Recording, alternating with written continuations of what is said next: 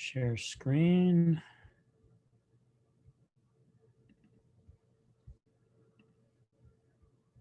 Nancy, can you give me a thumbs up if you can see that? Nancy Aaron, thank you. Okay, good. Okay, good morning, everybody. So this week, actually yesterday, I found out that there is a document that C.A.R. developed as a result of a new law that went into effect January 1st. And it has to do, and it's very specific, having to do with our market area in general. And the name of the form is the Home Fire Hardening Disclosure and Advisory. So I'm going to run through what this form is, why do we have it, how is it used, and basically the information you need to know to introduce and implement this into your transactions, because it is a state law that this disclosure be made. So we'll talk a little bit more about that. So as an introduction, a new state law effective January 1 requires a seller to provide disclosure regarding a home's features that may make it more susceptible to fire danger. The disclosure is triggered by properties that are, there's three things. First of all, located within a high or very high fire hazard zone, which you'll see. All of our market areas are high or very high. The property must be built before 2010. So if it was built after 2010, then the disclosure is not required. And it needs to be a residential 1 to 4 family home, condo, or manufactured home. Basically, if you have to do a TDS, if the TDS is applicable to the transaction, then this form is applicable. It's tied into the same basic laws and requirements. It's a one-page document, okay, that will require a seller to answer questions specifying which home hardening features the home has that make the home vulnerable to wildfire and flying embers based on the seller's actual knowledge. How exciting, right? I'm sure you're all super delighted that we have to implement this. To assist the homeowner with a new legal obligation, C.A.R. has created a new form entitled the Home Fire Hardening Disclosure, Form HHDA. This disclosure is integrated with the same law pertaining to the TDS. So like the TDS law, it is required on residential 1 to 4 and has exemptions and cancellation rights just as the TDS does. So what is home hardening? Okay, it refers to the building resistant materials and features that protect a home from catching fire. Common home hardening retrofits include replacing wood or shingle roofs, cover vents with metal mesh, eaves should be non-combustible, remove combustible landscape within 5 feet of a home, install dual pane tempered glass windows, walls made of resistant material, not boards or shingles, decks and patio covers made from fire resistant materials, screen or enclosed rain gutters to prevent debris, chimney outlet metal screened, have a ready water supply in all parts of your home, make sure your home is accessible to emergency vehicles, and fix loose or missing bird stopping. So that's what home hardening, or those are the common retrofits that happen to make your home more fire safe.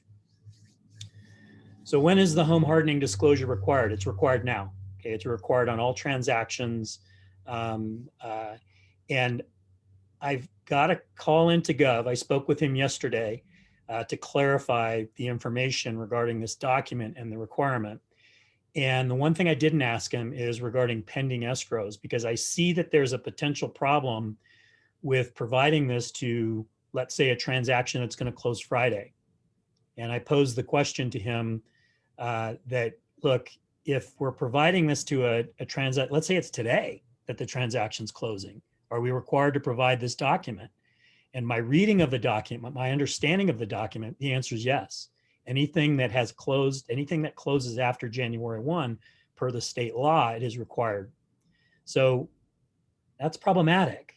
And it's problematic on 2 points. First, providing the document on a transaction that's closing today, okay, doesn't look good, does it? Okay, we're providing information, a new document, new disclosure. So when we provide new disclosure, what happens? That opens up the transaction to potential cancellation rights. So there's a couple problematic areas that I see with this. I'm asking for Gov to clarify that for me. and I'll have that information for you hopefully later today. I'll send out a separate email regarding the findings of that. But my understanding is any transaction closing after January 1, this is required. If it's closing today or tomorrow, oh well, okay. I mean, I guess we're going to have to assume that risk because it's unlikely that you're going to get this taken care of. But I will clarify that for you a little bit later. When is the seller required to provide it? Okay, and we talked about that already. It was built after 2010. Excuse me, if it was built prior to 2010, property is located in a very high fire severity zone. The property is a residential 1 to 4, so that if the TDS applies, this document applies. Are there exemptions? Yes, all the standard exemptions under the TDS law apply. Most common would be sales involving probate, REO, foreclosures, bankruptcies, and some types of trusts. Is it required for leases? Typically no, but if the lease has a lease option attached to it, then yes, it would be required. If it's a ground lease coupled with improvements, which isn't something that typically we're going to do, it also would be required as a required disclosure. Is the seller being asked to list all of the home hardening features the property has? No. They're being asked which features the property has which make it vulnerable to wildfire and flying embers. The seller is required to read through a list of problematic conditions and check the boxes for those that apply. What are the questions being asked? So there's 2 sections to the document. The top part of the document has to do with the questions, and the bottom part of the document has to do with a certification or inspection report. And we'll talk more about that in a second. So the question being asked of the seller in this document is, sellers aware of the following features that make the home vulnerable to wildfire or flying embers? Check all that apply. And then it runs through, these are the only items that are on the actual document. You check whatever boxes apply, okay? What if my seller doesn't know the answer to these questions? Well, like any disclosure, the seller is only required to make disclosures using the form based upon their actual knowledge. The form asks if the seller is aware. If the seller does not know if the property has a particular feature, they leave the box unchecked. Is my seller required to investigate the property to figure out the correct answers? No, they're not. The disclosure is based upon what the seller knows. What does the seller know about the property? How can I help my seller determine if the property is in a high or very high fire severity zone? So all areas in the mountain communities are located in one of these 2 categories. So every transaction that we do in the mountains, this document will apply. In other situations, let's say you are selling a property in Rancho Cucamonga. The NHD could be consulted, although it comes well after when the disclosure should be completed. CAL FIRE has a map viewer that shows the different areas. The link can be provided to the seller for their review, but an agent should not be checking the maps on behalf of the seller and drawing conclusions based on the maps for the seller, whether or not they should make the disclosure or not. They can Google California fire severity zone maps and you will be directed to the link. You can forward that link to the seller, okay, if you want to review it. This is what the maps look like. This is the 2 areas. So this is Lake Arrowhead. You can see this red. This is Lake Arrowhead, and it continues all the way through Crestline and all the way up through Green Valley Lake. And then same thing with Big Bear. You've got this area here. The yellow is basically a marsh area. So it's actually in the lake. But it's moderate fire danger because most of the time it is dry and there's reeds and stuff that's in there. So that's why that's the way that it is. This dark red versus the pink, I don't think means much of anything. This is the city of Big Bear Lake. So it's a different jurisdiction, but it still falls under the same requirements being in a high fire hazard zone, okay?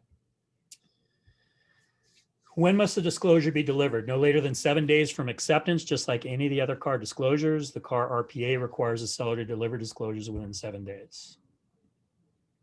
What happens if it's delivered late or not at all? The buyer may have the right to cancel based on non-delivery, just like the TDS. TDS law grants a buyer a 3 or 5 day right of cancellation from the date of delivery of the disclosure, 3 days if delivered in person, 5 days for other delivery methods. If the disclosure is not made at all, the buyer likely retains a continuing cancellation right until it's delivered and the 3 or 5 days has passed. So it's a very dangerous situation, much like the TDS. If you get all the way through the transaction, if this document is not provided, that gives the buyer an out. Notice it says buyer likely retains, because there's never any certainty in this stuff, right? But per the contract, the disclosures need to be provided. Per the law, it needs to be provided. Likely the buyer would have the ability to cancel the transaction and get their deposit back. Okay, what is a home hardening final inspection report? So I said there were 2 parts to the document. The top part is the questions, talking about all the things about the house that are going to make the house burn down. The second part of it is the seller is certifying whether or not they have received a final inspection report. Okay, and if they have one, they either need to deliver it or give a copy to the buyer, or they need to tell the buyer where they can get it, county building department or whatever. So new construction, this applies to new construction. So a new construction that was built more than 10 years ago, that the current owner still owns it. So let's say the house was built in 2000. What would be more than 10 years ago? It'd be 2010. So 2005, house built, same owner. Okay, when he bought the house, it was required, in order to get a final, to have this report generated. Okay, and so it's new construction or a rebuild are required to obtain a report that states that the home was constructed in compliance with all state and local building standards. So it's a standard document on any new construction or rebuild that is provided. Along with that obligation, for the seller to answer the questions on the disclosure, they may also be obliged to provide a buyer with the final inspection report. At the bottom of the home hardening disclosure, there's a box that the seller will check that if they have obtained such a report. If they've received one, then they have to check that they have received one, and they either give a copy of it, or they would have to tell them. There's a line where they can tell them where the buyer can go get a copy of it if they want it. When is the seller required to provide the report to the buyer? Only when the seller actually obtained one in conjunction with the completion or rebuild of a home. So if the seller never received one, okay, or they don't remember ever receiving one, then they're not required to provide the document or say that they have a copy of it. If the seller never obtained one, they're not required to go back to the local building office and obtain a copy. If the seller is in possession of one, even if the disclosure requirement is not in effect, it would be prudent for the seller to provide it along with any other previous reports generated on the subject property by way of the SPQ. So what that's saying is that, let's say it's not in a fire hazard zone, or let's say that it's not more than 10 years old. Is it prudent, and you had a copy of this report, would it be prudent for you to provide it to the buyer? The answer is yes. Just like anything else, if there's any other reports on the property that have been generated, it's best to give those by way of the SPQ, although it's not legally required. What if the seller obtained a report but doesn't have it anymore? The seller is obligated to check the box and either provide a copy of it, or if they no longer have a copy, tell the buyer where they can get a copy of that report. So this is the actual document, guys. Okay, you can see where it talks about the what home hardening, what the prerequisites are, basically gives disclosure of how it applies. And as you go on to further down the document, this gives you the features that the seller would check the boxes if it has any of these things. So seller is aware of the following features that may make the home vulnerable to wildfire. So again, I guess it's the states in their infinite wisdom trying to raise awareness again so that people understand what things about a house could potentially cause it to burn down and create additional risk for that buyer. Good or bad, it's a requirement. It's something that we have to do. The second part of the document, if they don't know or they don't have any of these things, then they don't check any of the boxes. Okay. The second part of it is where they would check the box. If checked, seller has obtained a final inspection report. Well, if they don't remember if they ever got one or they don't know what that is, you can explain it to them. But if they don't have a copy of it, then they don't check the box. Okay, and if they do, then they either provide a copy of the report or they tell, in this line right here, they tell the buyer where it is that they can get a copy of it. Okay, so that is the document. Now, many of you may have some questions. I'm going to open it up in a second. Regarding the pending, let me look real quick to see if Gov responded to me.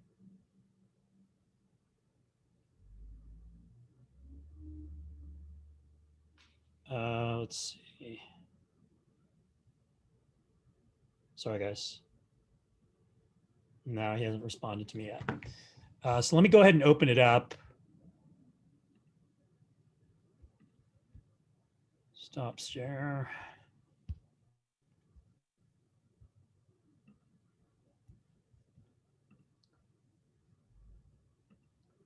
Okay. Anybody, questions or comments on this? Steve, you have to unmute yourself. Yeah, go ahead. just I typed something to you. I was just asking, we should just have the seller sign this when we take the listing then, right? Yes. Yeah, it would be best. I mean, whenever you have them do the TDS, it's married to the TDS. So whatever your practice is with regard to completion of disclosures, that's what you would do. So if you have them do the TDS and everything up front, then yeah, great. But I would, whenever you do the TDS is when I'd recommend that you do the document. Steve, it's What Cynthia. else? How do you guys feel about this? Steve, can you hear me? It's Cynthia. I can hear you. Yeah. So I have a listing that I have a buyer and we are removing all contingencies today and closing next week. So it's not my Right. listing. Right. So I'm to tell this agent now he's got to do this disclosure. Well, the way we found out about it was one of our agents received this disclosure from a buyer's agent. So this is required. The person it's required of is the seller. Okay. The seller is required to make disclosure. And so you as a buyer's agent, you're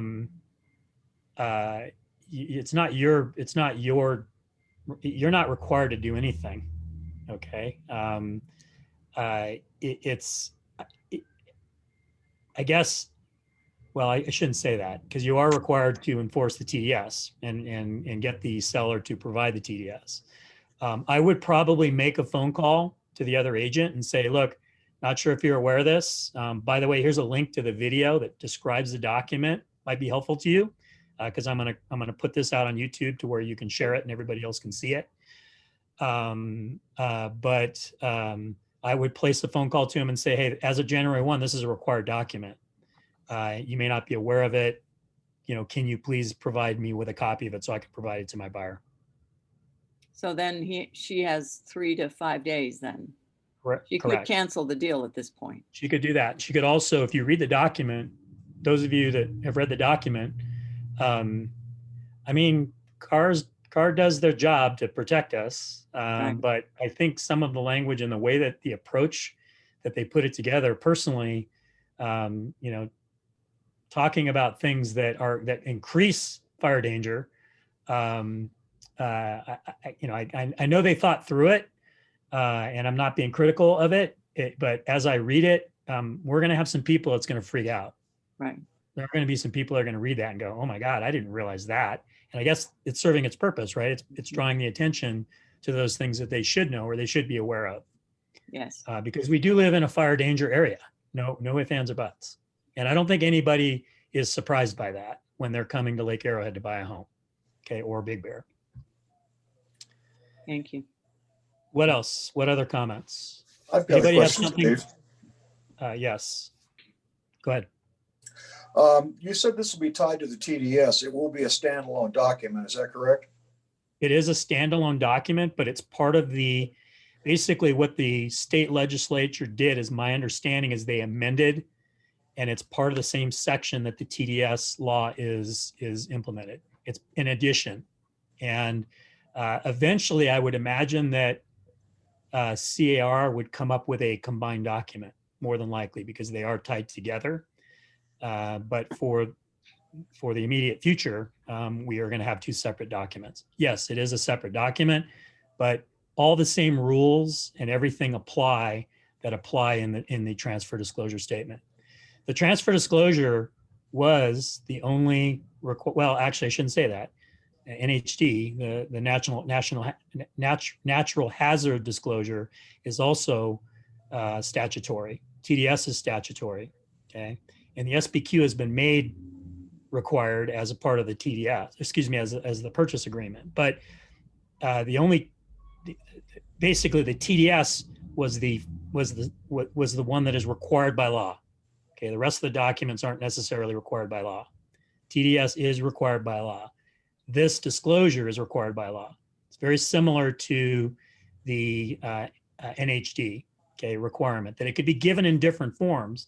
This form was developed by C.A.R. in order to assist the seller in making the required disclosures that the infinite wisdom of our state legislatures feel are important for us to be able to provide. Thank you, Steve. I have a A question. little sarcasm. A little sarcasm. Yeah. Okay, go ahead. Yeah, what other Should question? if we see an issue when we're at the house, should we put that on our Avid? Should we be making notes of anything like that now on our Avid or not? Well, that's a good question, and I'll find out the answer to that. My initial response is no. Okay. That's not. It's the sellers.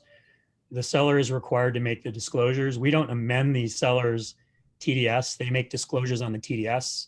We're required to. We're not the ones that are required to point out or address potential fire dangers. Okay, I mean that's not necessarily our requirement. We're there to on our agent's visual to talk about defects. The fact that it doesn't have boxed-in eaves is not a defect. Okay, that's just what's there with the house. That's my opinion. But I will ask for further clarification on that point as well. What if we see something that is a potential fire danger? What is our responsibility to disclose that on SPQ? Sorry, Avid. Yeah. What else? What other questions? I got Steve- one over here. Oh, go ahead, John. Go ahead. Oh, I was just going to John? say in regard to IQ and Nicole and our file being complete, is this effective immediately as part of that? Yes. Yeah, it's effective immediately. Okay. Yeah. Hopefully we don't have anything closing today or tomorrow that we have to deal with. I mean, and everything that we've closed in the last 10 days or 12 days, that those are not compliant. Okay, it is what it is. I mean, that's, but we didn't know. I mean, it wasn't something that was on our radar until yesterday. That's why I acted so quickly to put this training together for you guys. I got a question. Yes, John. Considering that there's so many older houses up here that don't have dual pane windows, can the buyers technically call that out and request that all the single pane windows be replaced? And do you think that lenders and insurance companies might jump in there, require that before the transaction's closed? Well, the document's not going to be provided to an insurance company or lender. Could a buyer, could there be a heightened awareness of defects or substandard things in a property? Sure. But again, the seller's under no obligation to make those corrections. And in most instances, I don't think much will change. We may have somebody who says, well, gee, I want it to be fire safe. It's like anything else. People are not required to bring their houses up to current code. And they're not required to provide certain amenities. Will it happen, John? Probably. You'll probably have somebody that they'll say, well, gee, I want this, I want all the windows replaced. Well, okay, then this isn't the right house. We're not going to make a deal on this house. And that's just not practical to expect a seller to do that. Do we really think that a house is going to burn down, going to have a better chance of burning down because it has single or dual pane windows? I mean, come on. Yeah, if the fire is raging outside, the house is going to burn down regardless. Okay. I mean, that, again, there's in my opinion, there's very little common sense in this document. That's my 2 cents. But we got to do it. We got to do it. Steve? Yes, yes. Okay, I have a question about that final inspection report.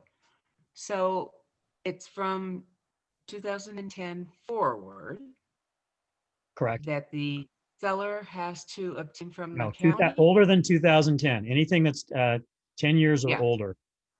And years are So there's 3 requirements. older on this- Has to be in a fire on the danger fire- area, which we are, all of our properties are in a fire danger area. It has to be older than 10 years old.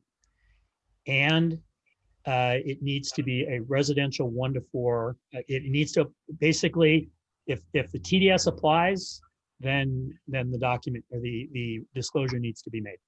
Okay, I get that part. It's the home fire hardening final inspection report. Okay? That if the house was built 2015, they have to go to the county and They do get not. the final on They the did not house? 2015, because that's not 10 years old.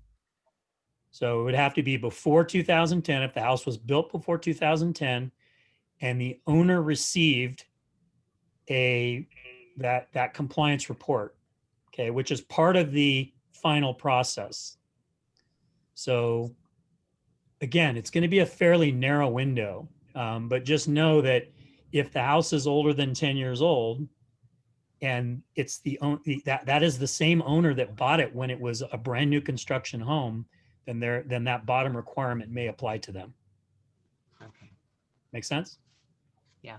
So any of those houses that Bill built, okay, that Yeah. buyer, okay, that bought a brand new construction home, they received a report certification. It was required by the county in order to do that, according to this document. And but again, you don't have to go back. That seller does not have to go back to the county to get a copy of the report if they don't have it. They just have to say, I got one. Okay, I got one. Yeah, I remember that, but I don't have a copy anymore. I threw it away. You can go to the county building department and get a copy of it if you want. Okay. That's all that is required that they do. Steve, question. Uh-huh. Would you suggest going back to current listings for qualifying houses and have them fill out this form? Say that again. What do you mean? I've got So a listing that was built in 2003. Should I have them fill out this form now? I would wait until you enter into a transaction on it. And so if you've already done a TDS on this property, then yes, you should have them do this. You should have them complete this disclosure to accompany the TDS. If they haven't completed the TDS yet, then then it's not necessary. Okay, thanks. Hey, Steve, else? it's Ruben. I'm going to piggyback on Cynthia's question. Okay. So representing buyers, and we've already released our an inspection contingency. Is that something we should go back to the listing agent and still request? Yes. Right. Yeah, you should it's an open transaction. When are you going to close the transaction? Both of them are closing next week. Yeah, I would call the listing agent today and say, look, we've just discovered that this document is required. It's required by law. Can you please provide it to me? Okay, thanks. Yeah, I would request that you do that. Okay. What else? Anything else, you guys? So you're saying anything in escrow, but I thought we were gonna wait until Gov told us if we had to do. Well, this. we are going to do that. I'm 99.9% sure, Vicky, Uh-huh. that it's going to apply to anything. As I read the document, it has to do with closing. It does not have to do when the escrow was opened. And so if there's a transfer of title within the year 2021, after the 1st of January 1st, this disclosure is required on those transactions. That's how I read it. I am going to express my displeasure with Gov. I already did that. We didn't get any advance on this, and I guess maybe that's my fault, not being in tune with the fact that this relatively very important document for us was coming into play in January. But we might get lucky. There might be a 1% chance where he might say, well, gee, if it's if it's not pending, okay, if it didn't go pending on January 1, if it wasn't pending on January 1, or if it was pending prior to January 1, then the document's not required. He could say that. Okay. I think there's a 1% chance he's going to say that. I think it's going to go the other way. So at this point, to err on the side, I mean, I should hear something this morning. He's usually pretty good about responding to me, but I would probably engage those other agents and say, hey, are you aware of this new law? We probably should take care of this. Okay. Be proactive with that. Hey, Steve, Steve, I I have have a another question. question. Go ahead. Cynthia? Hello? Cynthia, go ahead. Okay, so I heard you say that it's separate from the TDS. But my question is, on the first page of the TDS, we're to mark one of those boxes if we had any reports that are attached to that. Do we mark that Correct. box? Well, if they have a copy of it, okay. I mean, I think most of us don't even realize that this report even existed prior to this disclosure. So I guess if the seller Going has any forward. reports, Going if the forward. seller has, yeah, if the seller has any reports that they're in their possession regarding the property, they should check that box and say, yes, I have these reports. Okay, Yes, so- that should happen. Okay. Okay, Right. Steve, as a buyer's agent and doing most of the transactions down here, and I'm all over, like I'm in Granada Hills and I'm in LA County or San Bernardino County. It goes from one place to another. What is the best way for me to know that if I need to do this form or not? Well, you would go, as I said in the presentation, there's a Google phrase, it's slipping my mind right now, but there's a map system that shows these fire danger areas, and Okay. you can zoom in on any specific area. The C.A.R's advice is don't rely 100% on that, just because those maps aren't 100% accurate, and you shouldn't be doing it. You should be advising your seller to look at it to see whether or not he's required. I know we want to be helpful and we want to tell them what they're supposed to do.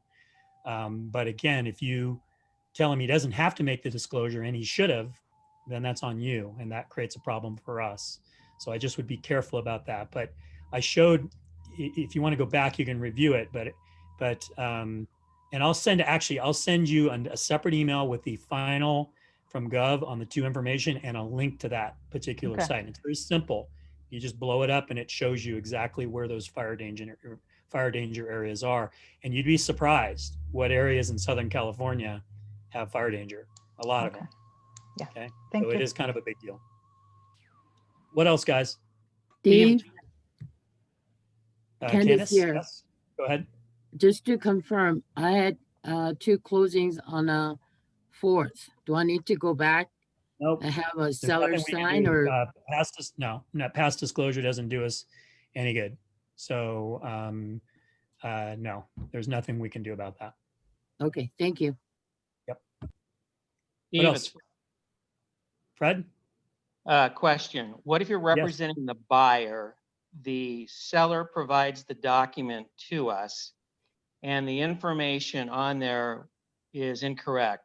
As an example, they don't check the box that the home has single pane windows, and we know that it does. What should we do in that circumstance? Well, good question. I would probably, if there's a blatant misstatement on the disclosure document, I would probably note that to protect yourself and advise your buyer, make full disclosure. I would probably disclose that on your agent's visual. I would state that seller states that there are no dual pane, that the windows aren't single pane. Agent notes that they are, and then they've disclosed it. There's nothing. I mean, the seller could say, "Well, I don't know. I don't know what they are. I don't know whether they're single or they're not required to look at it." You could have a widow. Okay, let's just give an example. A widow doesn't, and I'm not. This is not a sexist statement, so don't get mad at me. But she doesn't really know much of anything about construction of the house or anything like that. She doesn't know what kind of window she has. Husband dies. She goes to sell her house. She's asking she's asked the question, does it have single or dual pane windows? She doesn't know. And because she doesn't know, she's not required to check the box. So there could be an instance where the guy just didn't know. If you know, and you know that something is being not stated correctly, then you probably should put something on your agent's visual. Hey, Steve, And the would you second note question. that? Hang on one second, Bill. What was your second question, Fred? If it would seem like the document would be better if there were yes, no, or don't know responses. Because if you get it and it's blank or there's things that aren't checked, you don't know whether they just overlooked it or they intentionally left it blank, and it's not consistent with other CAR forms. Yeah, I'll state that to Gov as well with my other objections. Yeah, I would agree. I don't disagree with you, but I don't know that we can change that. I can suggest it and tell him that there's an inconsistency there, but I'm sure that there's going to be a revision to this document, just like we went through the revisions on the PEDS. I would think they would have thought this thing out, but maybe not. Bill, you had a question. If I discover that the box isn't checked for single pane, how would I note that? Well, you would note it on the SPQ. Excuse me, on the agent's visual. On the AVID document, you would under other, you would just note seller completed documents said that house didn't check the box. I know for a fact it has single pane windows. Okay. What else? Anything else? Okay, guys, I'm sorry we have to do this. Maybe I can get, my goal would be to try and get it condensed into one document so that, you know, the TDS could incorporate, even if it was just an added third page.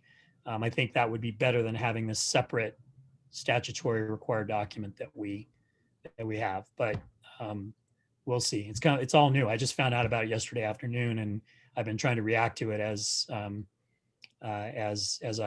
got the information. Fortunately, Gov's been really helpful in providing, you know, the background and clarification on what we're supposed to do. So I'm going to post this it'll be on YouTube, and then the link will be in the mastermind page. And I'll also send you, with the further information I received from Gov and the link to the mapping area, an email that'll have links to all those things so that you have access to it. And if there's other questions or concerns or other things that come up, then just reach out to me and we'll do our best to address those. Okay? Thanks, you guys. Thanks for tuning in, and thanks for participating.